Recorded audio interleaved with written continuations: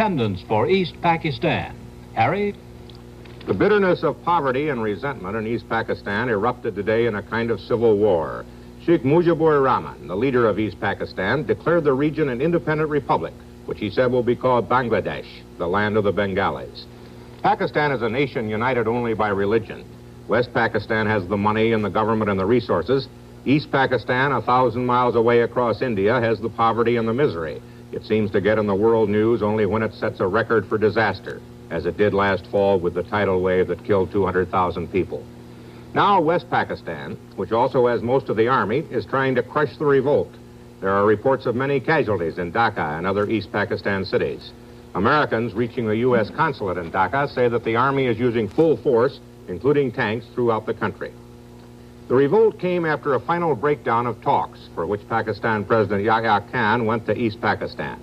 The background of today's Declaration of Independence now from Ted Koppel in Dhaka. As far as the people of East Pakistan are concerned, the central issue has never been in doubt. They have been treated, they feel, as though their country were a colony of West Pakistan. In last December's general election, East Pakistan's Awami League won an absolute majority in the National Assembly.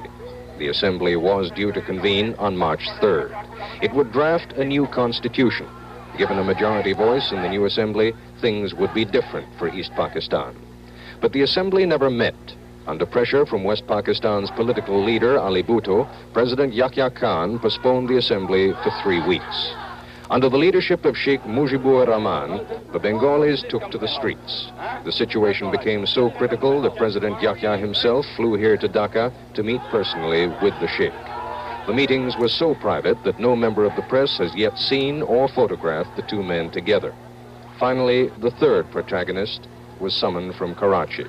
Ali Bhutto arrived in Dhaka surrounded by machine gun-toting bodyguards. The hotel where he stayed became an armed camp, cordoned off by the army.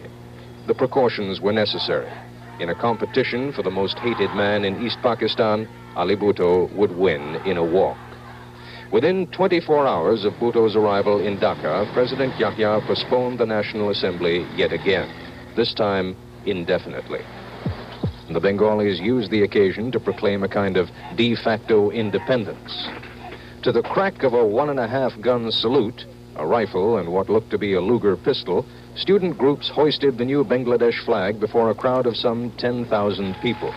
But the Bengali people have tasted the influence of their own numbers. Sheikh Mujib's rhetoric and their own slogans have convinced them that compromise is tantamount to surrender. This is Ted Koppel, ABC News, Dhaka.